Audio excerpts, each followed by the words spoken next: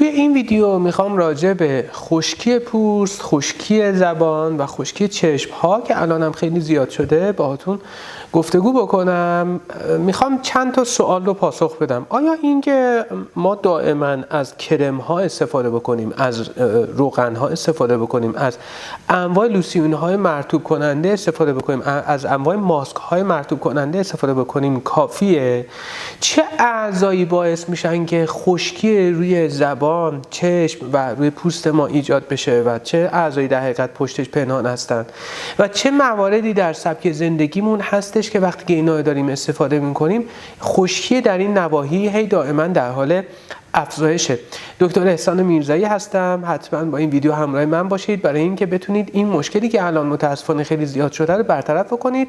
حتما لایک و سابسکرایب فراموش نشه و ارسال این ویدیو برای خانواده ها و اطرافیانتون با توجه به اینکه بارش هوا هم خیلی کمتر شده و خشکی هم دائما در حال افزایشه حتما ضروریه.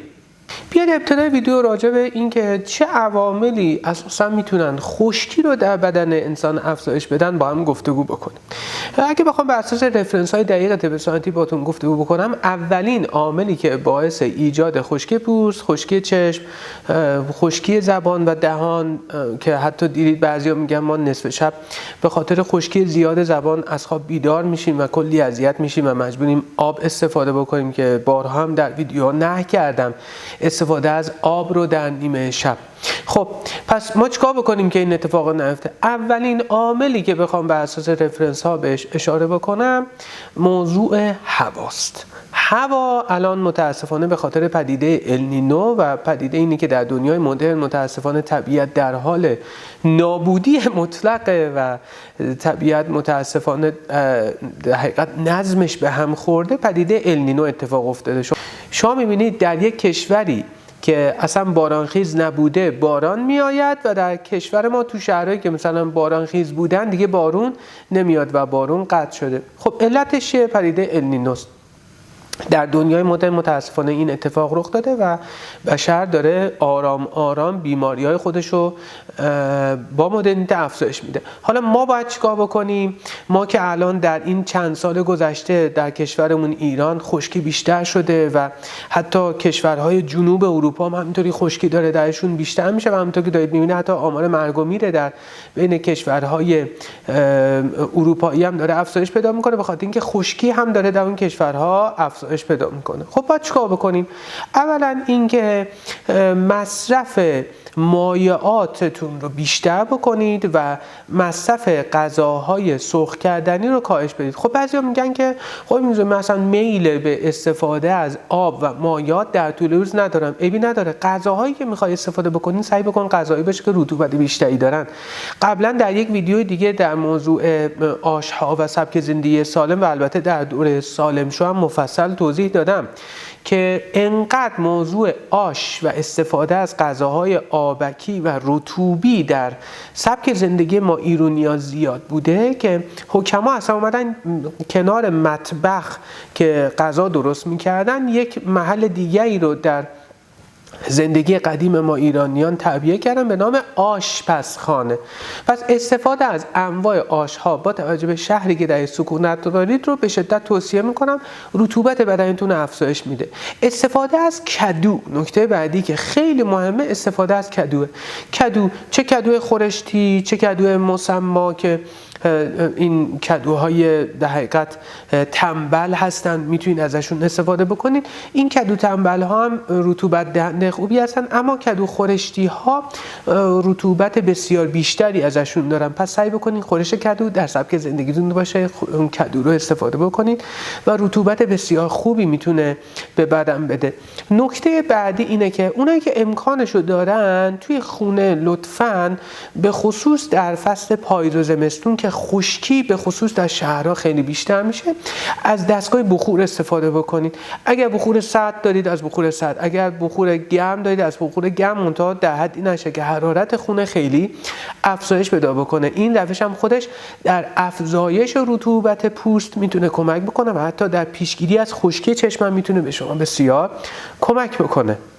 عزیزان من این نکته مهم رو مد نظر داشته باشید. شما هر چقدر که میخوایم بریم به سراغ اعضایی که پشت خشکی چشم هستن.